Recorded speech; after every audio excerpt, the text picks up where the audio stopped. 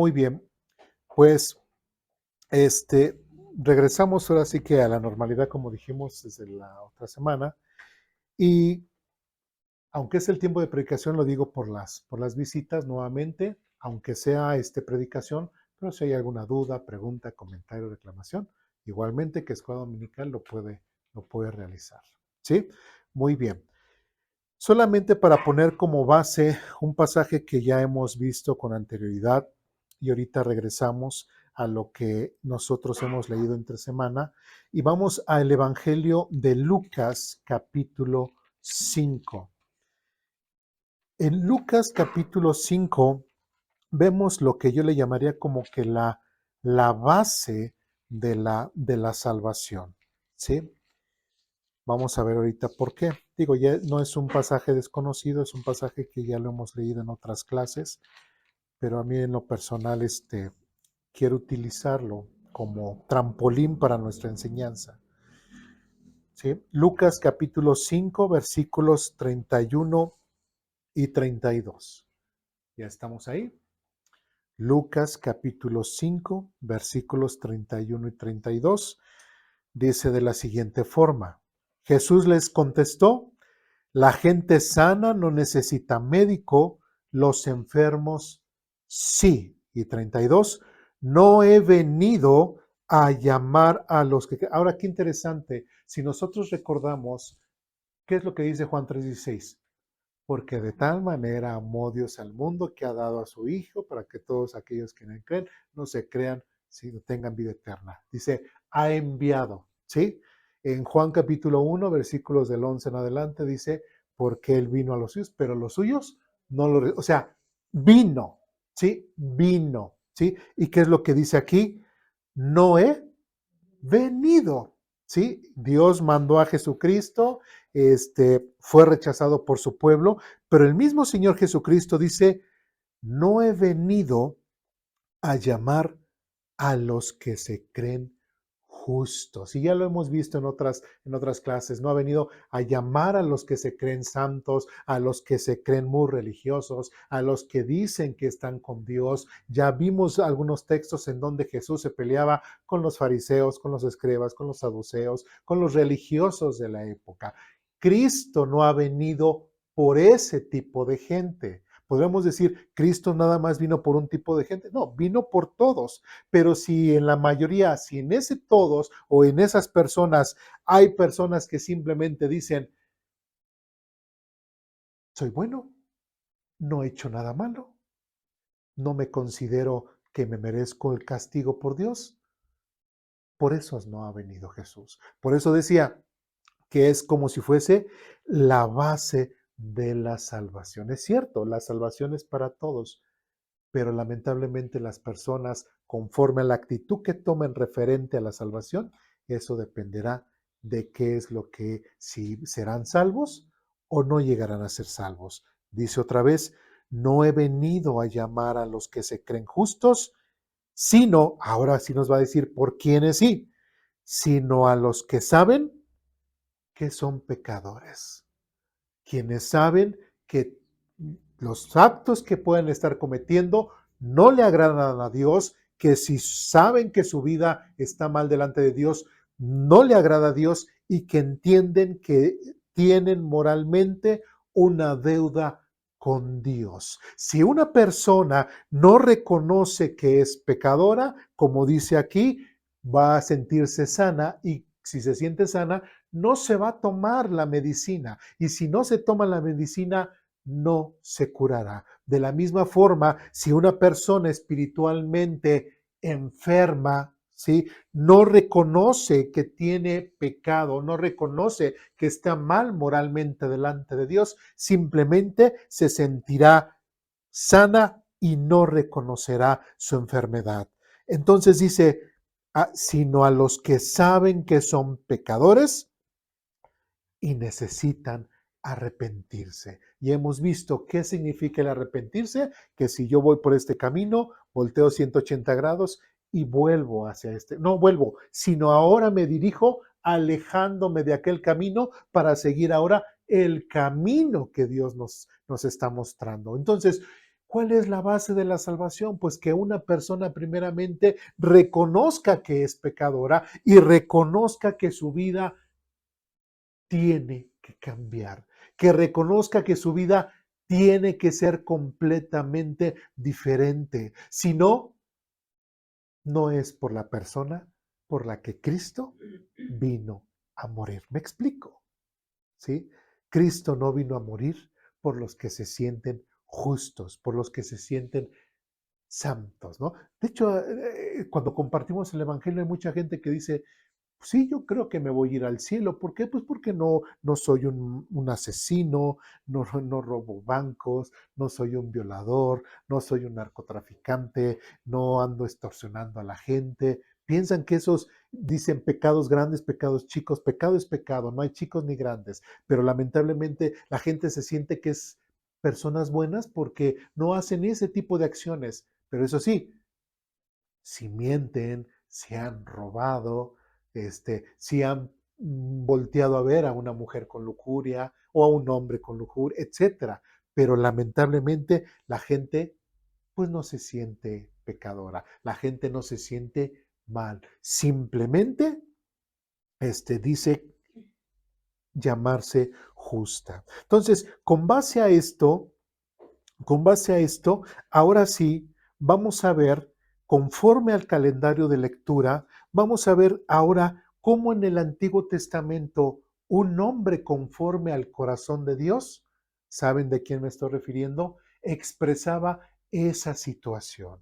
¿Sí? ¿Por qué podríamos entender? A ver, dice que aquí en Lucas, el mismo Señor Jesucristo menciona que Dios viene precisamente por los que se sienten, los que reconocen que son pecadores y que necesitan cambiar su vida, necesitan arrepentirse. Pero en el Antiguo Testamento, un hombre conforme al corazón de Dios, ¿cómo expresaba esta situación?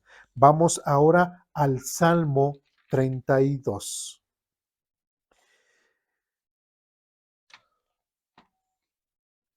El Salmo 32. ¿Quién escribió el Salmo 32? David. Ahora sí, a diferencia de la semana pasada, el Salmo 1, pues no dice, pero aquí sí es muy claro que dice Salmo de David. Para este entonces, David ya había vencido al gigante. Para este entonces, David ya tenía algunos hijos y ya tenía algunas esposas. Para este entonces, David ya se había asomado a la azotea y había visto que a Betsabé, ¿sí? Entonces, David era un hombre santo, puro. David era un hombre que realmente podía reconocer de sí mismo por el simple hecho de que Dios lo puso como rey. Ay, yo soy santo, soy puro. ¿Veíamos a David con una actitud así? No. Sí. Por eso, cuando vemos en el Nuevo Testamento que es mencionado como un hombre conforme al corazón de Dios, cuando vemos cuando fue seleccionado que Samuel fue con los hijos de Elí a buscarlo, que le dijo el Señor, también ese es conforme a mi corazón.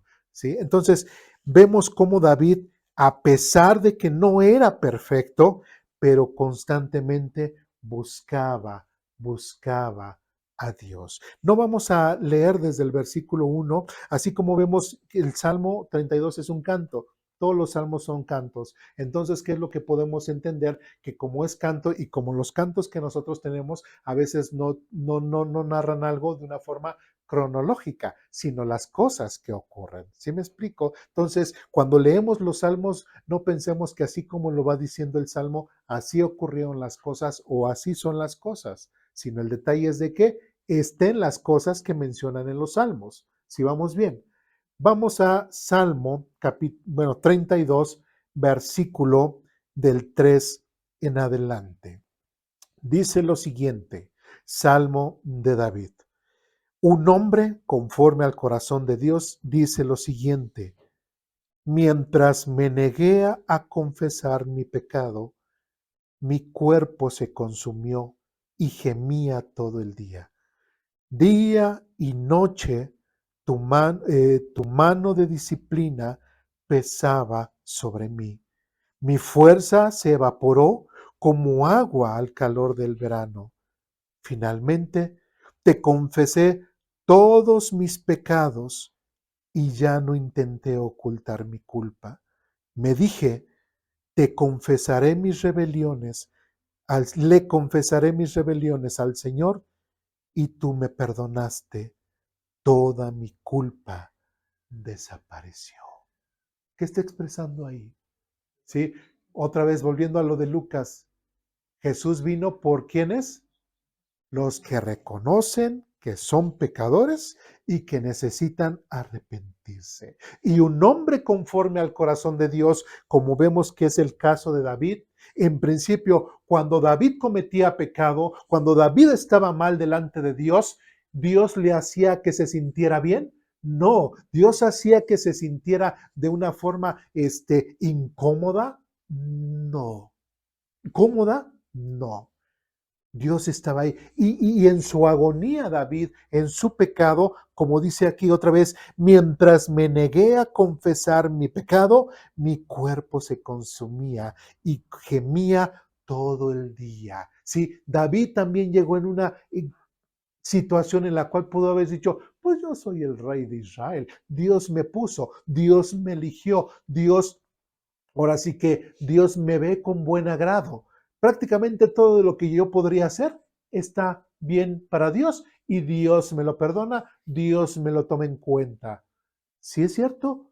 Pues no, porque su mismo pecado, su mismo no confesar su pecado, hacía que el mismo David se sintiese mal.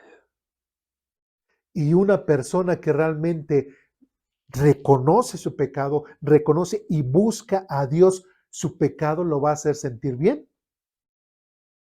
No, lo va a hacer sentir mal. Si no es hijo de Dios, si no busca realmente a Dios honestamente, su pecado lo va a hacer sentir, pues mucho mejor, porque hará de su vida un papalote y hará de su vida como él quiera, pero no conforme a la voluntad de Dios. Entonces, una persona que realmente busca a Dios, una persona o un hombre o una mujer conforme al corazón de Dios, serán unas personas que su pecado jamás, jamás los hará sentir bien, sino al contrario, en el versículo 5 lo repito nuevamente, dice, finalmente te confesé todos mis pecados. ¿Cuántos? Todos, todos. Y ya no intenté ocultar mi culpa. Entender primeramente que, ¿qué le podemos ocultar a Dios? Absolutamente nada. Ante Dios estamos completamente desnudos, completamente transparentes. ¿Sí? Aquí podríamos dar una cara y en la casa dar otra cara. Sí, igual la esposa nos podría reclamar ahí así, así a la hermana le hablaste muy bien, muy educado, ¿verdad? Pero llegamos a la casa y me hablas de, oye tú, no me bajas de eso, tristemente. Es como dicen, siendo farol de la calle, obscuridad de la casa. Sí, entonces, tristemente, las personas deshonestas siempre tratarán de dar una cara de la cual no son. Y me dije, dice aquí David, le confesaré mis rebeliones al Señor y tú me perdonaste. Toda mi culpa desapareció. Y una persona que siempre busca a Dios y que por alguna situación cae en cierta situación de pecado, cierta situación que sabe que no le agrada a Dios, es una persona que no se va a sentir cómoda. Pero que cuando busca a Dios, que cuando le pide perdón a Dios, ¿qué es lo que va a sentir? O debería de sentir paz, tranquilidad. Si una persona cuando dice y confiesa que Jesucristo es su Señor y Salvador, no siente paz, no siente que fue perdonado, sí podríamos hacer la pregunta de, ¿entonces creíste o no creíste? Porque te estamos compartiendo que Cristo es el pago por tus pecados. Te estamos compartiendo que Jesucristo es el Cordero de Dios que quita el pecado del mundo y que es el pago por ti, por tus pecados, para que tú tengas paz delante de Dios. Si tú venías atormentado como lo hacía David, ¿sí? Si tú venías atormentado y te has ahora encontrado con Jesucristo, ¿qué tiene que haber? ¿Y realmente crees que te ha perdonado? ¿Qué debería de haber? Paz. Pero si no la hay, eso es algo que deberías de analizar. Si no hay realmente paz, como lo tuvo David, posiblemente falta que realmente no has creído en Cristo realmente como el perdón de tus pecados. Versículo 6 y versículo 7 dice lo siguiente: por lo tanto, que todos los justos oren a ti mientras aún haya tiempo, para que no se ahoguen en los desbordantes aguas del juicio, pues tú eres mi escondite, me proteges de las dificultades y me rodeas con canciones de victoria. Prácticamente la invitación que ahora hace David es de que dice, por tanto a todos los justos oren a ti mientras aún haya tiempo, referente a todas las personas que algún día encontrarán a Jesucristo como medio de salvación, que todas las personas que busquen a Dios realmente, honestamente y verdaderamente, siempre tendrán tiempo, siempre habrá oportunidad mientras tengan vida. Porque una vez muertos, una vez ante la presencia del Señor, ¿habrá tiempo para decir, perdóname Dios? No, no, ya no va a haber tiempo. Sí, como dice otra vez, por lo tanto que todos los justos oren a ti mientras aún haya tiempo. ¿Y oren a quién? A ti. ¿Y quién es ese a ti? A Dios. ¿Qué era lo que estaba haciendo aquí David? Estaba reconociendo que solamente Dios y buscándolo a Él era su único medio de poderse reconciliar con el mismo Dios. Era el único medio para poder ver que sus pecados fuesen perdonados. David no estaba buscando el auxilio de otro Dios. David no estaba buscando el auxilio de los dioses de las otras naciones a su alrededor. David estaba completamente convencido en quién estaba creyendo, a quién le estaba confesando sus pecados, a quién le estaba diciendo, perdóname. ¿Sí? No estaba yendo y en nuestro tiempo no es con la guadalupana, no es con Hare Krishna, no es con Buda, no es con Judas Tadeo, no es con la diabólica muerte, no es con nadie más, sino es a ti, al único Dios vivo y verdadero. Sí, por eso cuando vimos el tema de que qué tipo de persona es una persona que puede ser parte de una iglesia, que veíamos que es una persona que no religiosa, porque una persona no religiosa quita completamente del tipo de religión de donde venga, sabe que su religión no la va a salvar, sabe que aquí no es una religión y reconocen plenamente a Dios como ese camino, esa verdad y esa vida. ¿Sí? Y saben que solamente este Dios vivo y verdadero es el único que les puede dar paz. Tanto, y otra vez repito, versículo 7, pues tú eres mi escondite, me proteges de las dificultades y me rodeas con canciones de victoria. Una persona que realmente ha confiado en Dios, ¿cómo debería de ser su vida? ¿Siempre desconfiando? ¿Y en Dios? Pues no. De hecho, en la escuela dominical mencionamos algo bien curioso, ¿no? Que hasta los demonios creen y tiemblan. Y qué triste que muchas veces nos encontramos con cristianos ateos, ¿no? Cristianos que cuando Dios les dice, confía en mí en cierta situación, confía en mí en aquello, como que no creen, no le creen a Dios. Pero aquí David que dice, pues tú eres ¿qué? Mi escondite. Me proteges de las dificultades. Si no creemos que Dios nos protege, que Dios es nuestro escondite y que nos protege de las dificultades, entonces ¿en quién hemos creído? ¿A quién se le confesó sus pecados? ¿A quién le dijiste, he creído en ti para perdón de mis pecados? ¿Sí me explico? Es bien importante que tengamos muy en claro esta situación. Y como dice, y me rodeas con canciones de victoria. Una persona que ha creído en Dios, que cree en Dios, que busca a Dios, que ha creído en Jesucristo como medio de salvación, siempre será una persona que siempre tendrá una tonada que cantar de alegría y de gozo, ¿sí? En agradecimiento. Y un canto, hay veces que cantos nos recuerdan, ¿no? Del amor de Dios, de su gracia, de lo mucho que nos ha dado, de lo mucho que nos ha guardado. A veces los cantos, como decíamos la semana pasada, por eso la música tiene un significado en la Biblia, tiene un propósito por parte de Dios, porque a través de la música también es más fácil que nosotros recordemos ciertas partes de la Biblia, ciertos conceptos, y lo estaremos cantando, cantando, y nos estaremos recordando lo mucho de la gracia de Dios. ¿Sí? Es importante que nosotros entendamos que solamente podemos depositar toda nuestra fe, toda nuestra confianza en aquella persona a la cual, o en aquel Dios vivo y verdadero, en el cual le dijimos, perdóname. ¿Sí? Porque si no es en Él, pues nadie más tiene poder para perdonar pecados.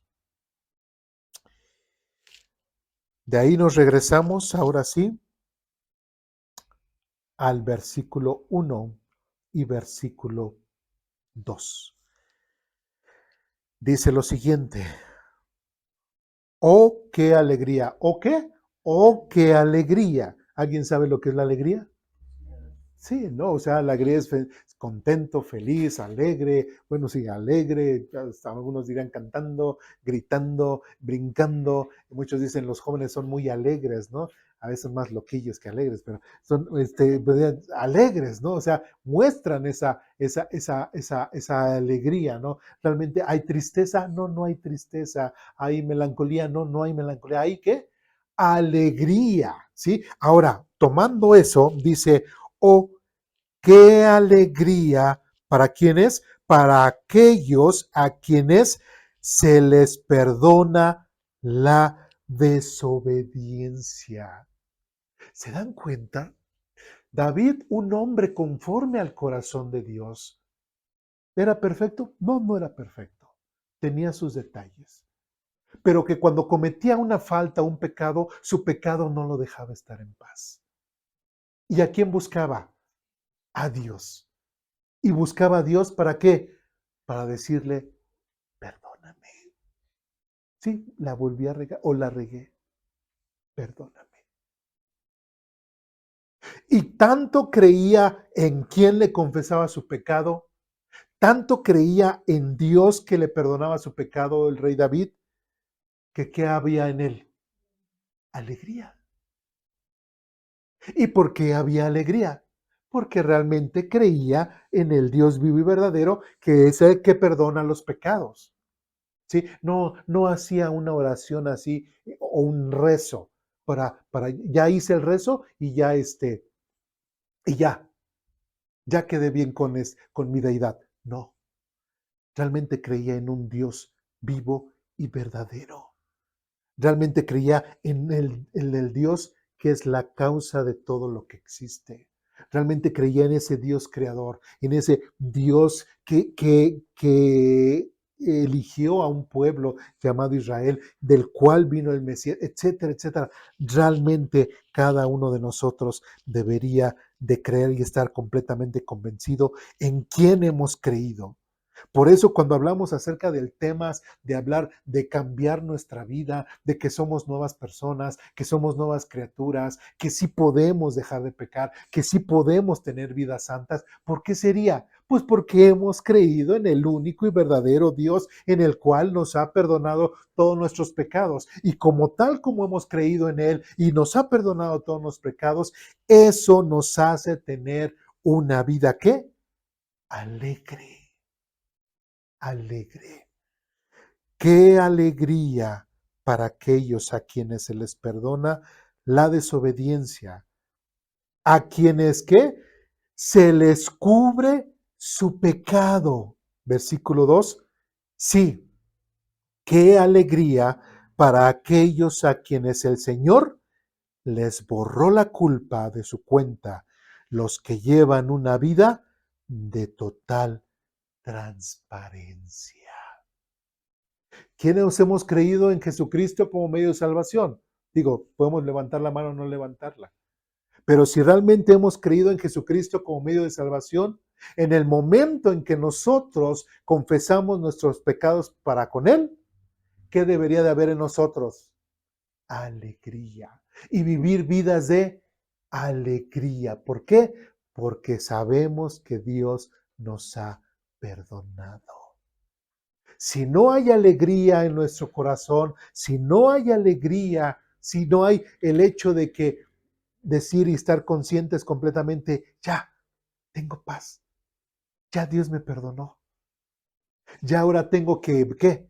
Vivir una vida diferente. Por eso la vida de un verdadero creyente, de un verdadero cristiano, tiene que ser completamente diferente a la que iba llevando. ¿Sí? Porque ya el pecado que ya dejó en el pasado, que ha puesto en la cruz, ¿sí? Si recuerdan en Galatas, que lo crucificó juntamente con Cristo, ¿sí? Es una persona que ya ve su pecado lejos y ahora tiene que vivir una vida diferente. Y como dice otra vez, repito, qué alegría para aquellos a quienes el Señor les borró la culpa, porque es cierto, en Cristo, quienes hemos creído en Jesucristo como medio de salvación, nos ha borrado la culpa. El sacrificio que hizo Jesucristo por nosotros en la cruz realmente borró toda nuestra culpa. Si lo hemos creído, que sí, así fue. Si no hemos creído que no, entonces ¿en qué has creído? O solamente hiciste una oración mágica, solamente hiciste un rezo, pero realmente te faltó creer. Y si no creíste que Jesucristo realmente perdonaba tus pecados y ya se borraba toda culpa, como dice aquí, se borró la culpa de su cuenta. Es como si dijeran que Dios tiene así, cuando decimos, denme la cuenta, ¿no? Nos dan el papel y nos dicen, se comió 3 de queso, 2 de chicharrón, 3 de pata, y así, ¿no? Toda la cuenta de todo. ¿Sí? Y hasta verificamos, sí, tú te comiste 2, tú 3, yo 2, y así. Verificamos, ¿no? ¿Y qué es lo que, cuando nos dan la cuenta, qué es lo que tenemos que hacer? O sea, no nada más la vemos y ya. ¿Qué es lo que tenemos que hacer? La tenemos que pagar. Sí. Y en nuestro caso, como cristianos, ¿quién pagó esa cuenta? El Señor Jesucristo. ¿Sí? Imagínense, tomando el ejemplo de la cuenta, que alguien nos invite y veamos y la persona diga, deme la cuenta, yo invito al Señor, yo pago y todavía vemos que paga, sabemos que paga y salimos y de repente le preguntamos, oye, pero si pagaste lo que yo consumí, oye, pero si pagaste el refresco que me tomé, ¿qué estamos haciendo? Pues dudando de si realmente pagó o no. ¿Sí me explico? Y muchas veces, si no sentimos esa paz, igual, por ejemplo, los hijos, ¿no? A veces uno van creciendo y a veces uno se espanta porque dejan de comer como niños y ya comen como 2 o 3 adultos, ¿verdad? Hasta lo superan. Entonces, igual vamos a comer, salimos, papá paga, ¿verdad? Papá paga, bueno, gracias a Dios, papá paga la cuenta, paga lo que se consumió. Y los niños, ¿cómo salen los niños? Salen con que, ay papá, pero sí pagaste lo que me comí. No dudan hasta, salen, ¿no? Hasta dirían, ay, como que sí tengo un huequetito, ¿verdad? Sí me hubiera comido esa de chicharrón, por decirlo así. Pero salen confiados. ¿Por qué? Porque lo que ellos consumieron o lo que pudieron haber consumido más, el papá paga, salda su cuenta. ¿Sí me explico? Entonces, una persona que ha creído o que dice creer en Jesucristo como medio de salvación, que le crea a Dios, ¿cuál sería su actitud delante de la vida y delante del pecado? Reconociendo que Jesucristo ha completamente pagado su deuda delante de Dios, tiene que ser una vida que de tristeza o de felicidad o de confianza en que lo que hizo Jesucristo en la cruz fue suficiente para perdonar mis pecados y, como dice aquí, borrar la culpa de esa cuenta. Tiene que ser de alegría, no tiene que ser de angustia. ¿Sí? Y dice, y los que llevan una vida de total transparencia. ¿Por qué? Si estando en pecado sabemos que no le podemos ocultar ningún pecado a Dios, ¿verdad? Para Él absolutamente nada. Y ahora cuando le decimos, Señor, toma mi vida, soy todo tuyo, haz de mi vida lo que te parezca a ti bien. Te doy todo lo que soy, te entrego mi familia, te entrego a mi esposa, te entrego a mis hijos, yo me entrego, hazme el hombre que tú quieres que yo sea, hazme el esposo que tú quieres que yo sea, ¿sí? Hazme como tú quieras que yo sea, Señor. Es una actitud en donde una persona se muestra a Dios completamente que transparente, limpio. Y Dios, pues va a tomar esa vida. Dios va a tomar a esa persona para usarla conforme a su voluntad. Y como dice aquí, a quienes el Señor les borró la culpa de su cuenta, los que llevan una vida de total transparencia. ¿Se dan cuenta? De ahí nos saltamos al versículo 8. Recordemos un poquito de Mateo capítulo 28. ¿Qué pasa con los discípulos? ¿Qué pasa después? Dice, ir por todo el mundo, predicar el evangelio y hacer discípulos a todas las naciones. ¿Qué se le tiene que hacer a los discípulos? Enseñándoles a que guarden todas las cosas que les he mandado. ¿Sí? Y cuando una persona, digamos, primero, vamos a un breve repaso, tiene que reconocer que es pecador. Tiene que reconocer, como dijimos en Lucas, una persona tiene que entender que tiene que tener arrepentimiento, ¿sí? Cuando se encuentra con Dios, tiene que entender que su vida, que sus pecados son perdonados. Tiene que reconocer el señorío de Dios, el señorío de Cristo, que son los únicos que pueden perdonar sus pecados. Después de que son perdonados por sus pecados, en el versículo 8 dice lo siguiente: el Señor dice, te guiaré por el mejor sendero para tu vida. Qué bellas palabras. Y dice, te aconsejaré y velaré por ti. Un hombre conforme al corazón de Dios llamado David. Por eso era un hombre conforme al corazón de Dios. Porque era un hombre que sí, no era perfecto. Reconocía a ese Dios vivo y verdadero, confesaba sus pecados y estaba completamente seguro de que solamente Él se los podía perdonar y vivía feliz porque Dios le había perdonado sus pecados. Pero también algo que el mismo Dios le decía a David y que también nos puede decir a nosotros, es como dice aquí, el Señor dice, te guiaré por el mejor sendero para tu vida. ¿Dios querrá cosas malas para nosotros?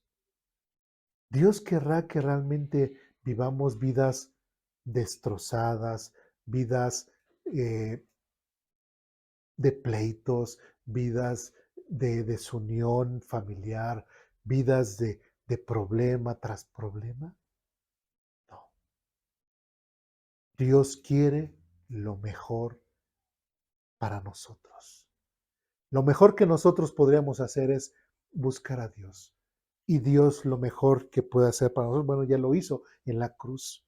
Pero también no solamente se quedó ahí, sino que Dios quiere mostrarnos y guiarnos por el mejor sendero para nuestra vida. ¿Sí? Y David lo plasmó muy bien. Versículo 9 dice lo siguiente: no seas como el mulo o el caballo que no tienen entendimiento, que necesitan un freno y una brida para mantenerse controlados. ¿Sí? Qué interesante.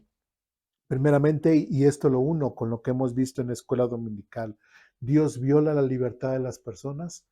No. Pero Dios hace responsable, seas creyente o no seas creyente, te hace responsable de tus actos. ¿Sí? Pero antes de eso, Dios también te enseña. Por eso te dice, te guiaré por el mejor sendero para tu vida. Te aconsejaré. Y la palabra no es para eso, para guiarnos, para darnos consejo. Dice, y velaré por ti. Y eso de velar por ti es, estaré al pendiente de ti. Te proveeré, te cuidaré, estaré al tanto. ¿Sí? Pero lamentablemente, si tomamos las malas decisiones o las opciones incorrectas, cosecharemos lo que sembramos.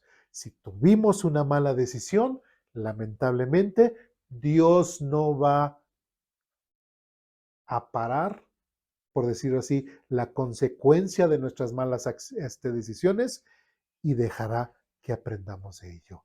Tristemente, en el versículo 9, como dice, no seas como el mulo. ¿Cómo son los mulos o los caballos? ¿Obedientes? Aquí la ilustración lo está diciendo como si fuera tercos, necios. O sea, te estoy diciendo que no hagas esto, pero por mi terquedad, por mi orgullo, lo voy a hacer. Como decíamos, el caso de una jovencita, un joven que se casen en yugo desigual. ¿Lo saben? Lo saben.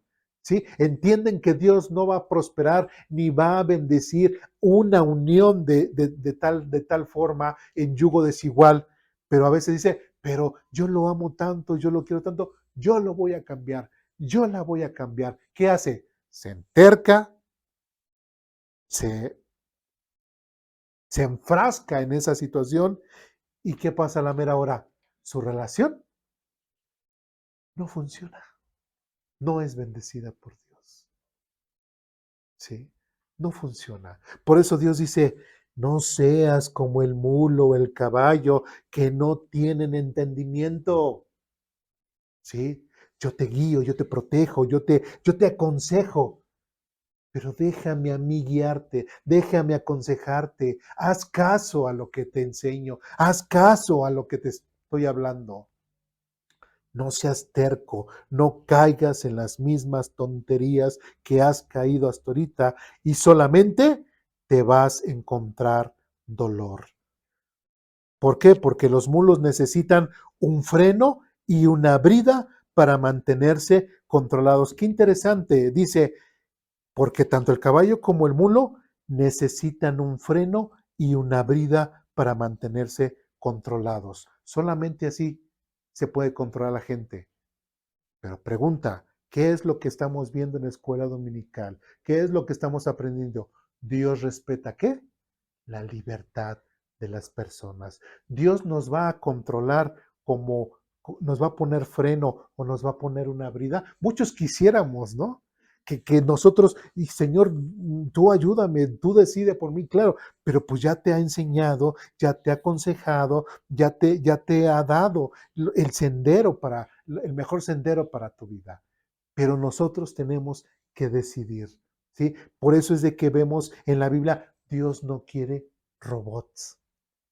¿Sí? Dios no quiere robots, Dios quiere a verdaderos adoradores en espíritu y en verdad, que decidan el sendero de vida de Dios, que decidan a la forma de pensar de Dios, que decidan a la forma de sentir de Dios, no a la forma del mundo o a como siempre lo han hecho. ¿Sí me explico? Por eso es importante recalcar cómo el mismo David, Dios a través de David, nos hace esta bonita ilustración de cómo las personas aún lejos de él o cerca, diciendo que están cercas, pueden caer así como dice el caballo, son tercos, que se enfrascan en una situación y no dejan que Dios los guíe. ¿Por qué? Versículo 10 dice, Muchos son los dolores de los malvados. Y si nosotros entendemos lo que Dios puede hacer para nuestra vida, es cuando Dios nos guía, cuando Dios nos enseña, cuando Dios nos muestra la forma correcta de cómo vivir, ¿qué nos hace Dios? Pues nos libra de muchos dolores de la vida. Si nosotros educamos bien a nuestros hijos cuando estén grandes, serán buenos hombres, serán buenas mujeres, ¿sí? Que respetarán a las autoridades, respetarán a sus padres, respetarán a las personas, ¿sí? No serán asesinos, no le estarán robando a la gente, ¿sí? No se estarán alcoholizando y estarán golpeando a la esposa, ¿sí? Si les enseñamos bien. Pero si no les enseñamos bien, que de grande muchos papás verán cómo sus hijos malcrecen, ¿no? Cómo son maltratados, cómo ellos maltratan, cómo inclusive se los han matado por no estar bajo el sometimiento de las autoridades y que hagan de su vida lo que sea, trae mucho dolor. La vida de los pecadores, la vida de las personas lejos de Dios, trae muchos dolores, como dice aquí, muchos son los dolores de los malvados. Y hace una comparación. Versículo 10 al final dice, pero el amor inagotable rodea a los que confían en el Señor. Y nosotros que hemos creído en Jesucristo, es parte que, porque de tal manera amó, es parte del amor de Dios. Si una persona entiende el amor de Dios, si una persona entiende la misericordia de Dios, David lo entendía. Por eso David era un hombre conforme al corazón de Dios. Entendía, y esto lo plasmó en este Salmo 32. También nosotros deberíamos de ser hombres y mujeres conforme al corazón de Dios, que entendamos el amor de Dios y, como dice aquí, el amor de Dios inagotable que nos rodea a los que ¿qué? A los que confiamos en el Señor.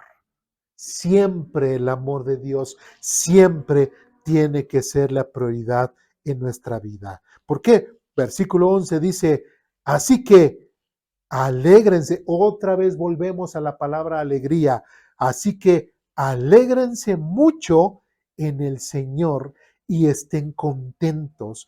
Ustedes, los que ¿qué? Le obedecen, porque por lógica, quienes no le obedecen, ¿viven contentos? ¿Viven alegres? No.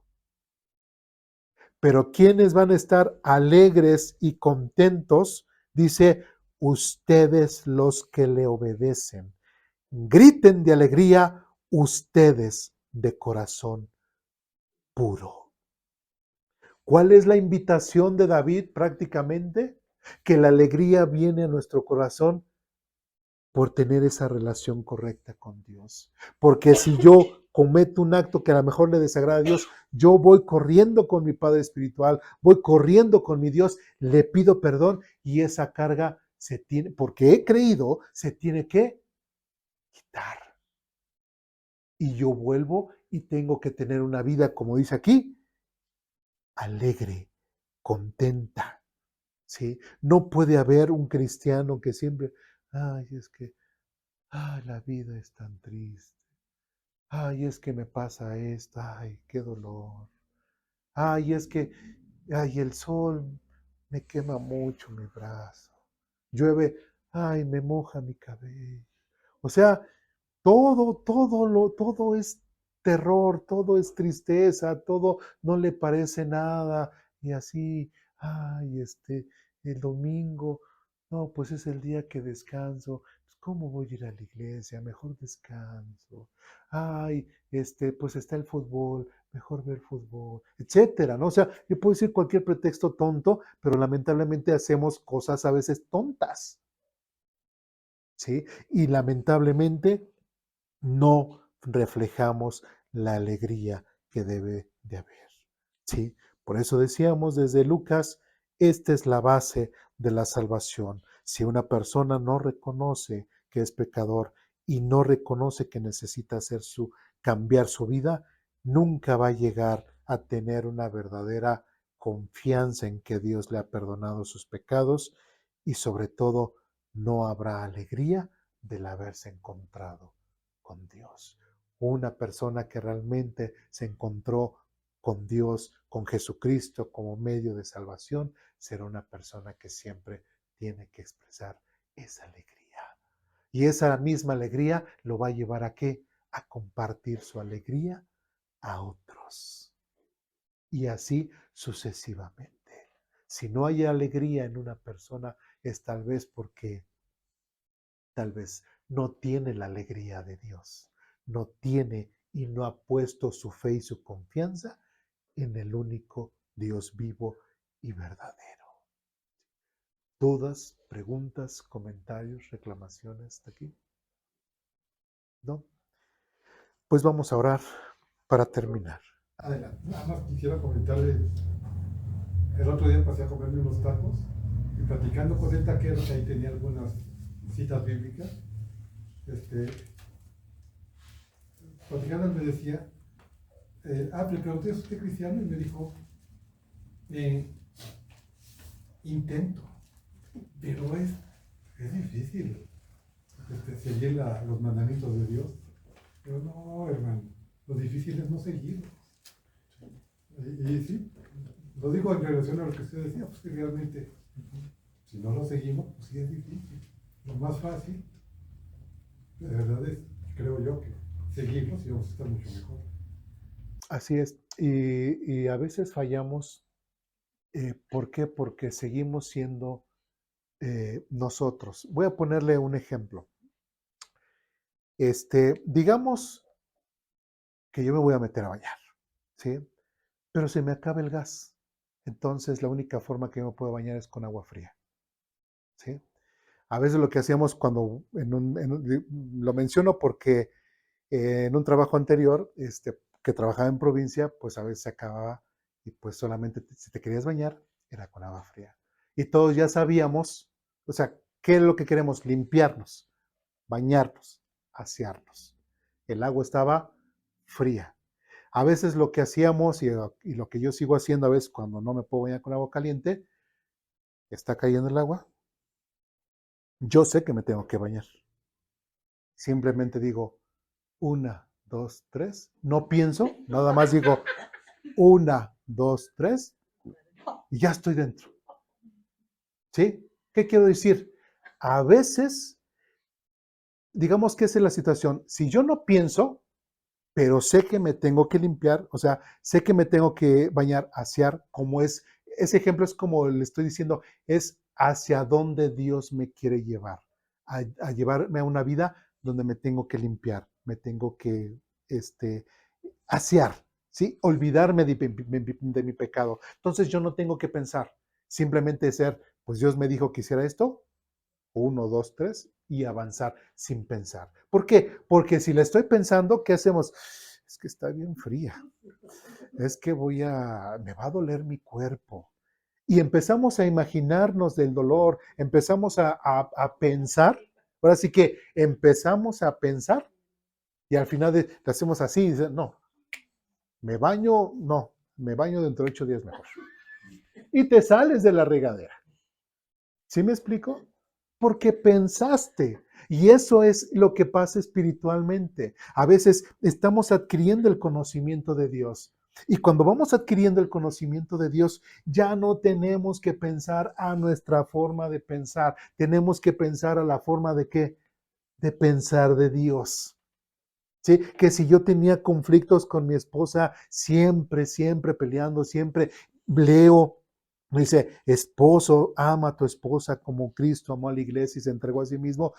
Yo recuerdo ese pasaje, ya no pienso cómo soy yo, sino, bueno, es que Dios me dice que ama y se entregó. Pues ya no pienso como yo pensaba, sino ahora pienso a como ahora Dios me está enseñando. ¿Sí me explico? ¿Sí? Entonces, así es. ¿Sí? ¿Por qué fallamos muchas veces? Porque seguimos nosotros pensando por nosotros mismos. ¿Sí? La decisión ya está ahí. La buena decisión, ¿cuál es? Pues la opción que Dios me da. La mala decisión, ¿cuál va a ser? La que yo elija. Entonces, ¿por qué sería fácil? Simplemente ya no pienso, Dios dijo que hiciera, Dios dijo que, Dios dice que no hagas esto, pues Dios no lo hago y sigo con el camino de Dios. Dejar de pensar nosotros, dejar de ser nosotros y dejar que Cristo se haga carne en nosotros. Sí, hasta presumimos, ¿no? Es que ya no vivo yo, sino Cristo. Demuéstralo con tu vida. ¿Sí? Una persona que dice, ya no vivo yo, sino que Cristo vive en mí, pero después dice, pero es que es bien difícil vivir la vida que... entonces, ¿sí me explico? O sea, no hay una congruencia, ¿sí? Pero una persona que realmente trata de vivir en santidad, es responsable con su vida espiritual, le hace caso más a lo que dice la palabra de Dios que a lo que son sus, como decíamos en la escuela, su vieja naturaleza, sus viejos hábitos, pues lógicamente eso va a sembrar y eso va a cosechar. ¿Sí? ¿Dudas, preguntas, comentarios, reclamaciones? ¿No? Bien, pues vamos a orar para terminar.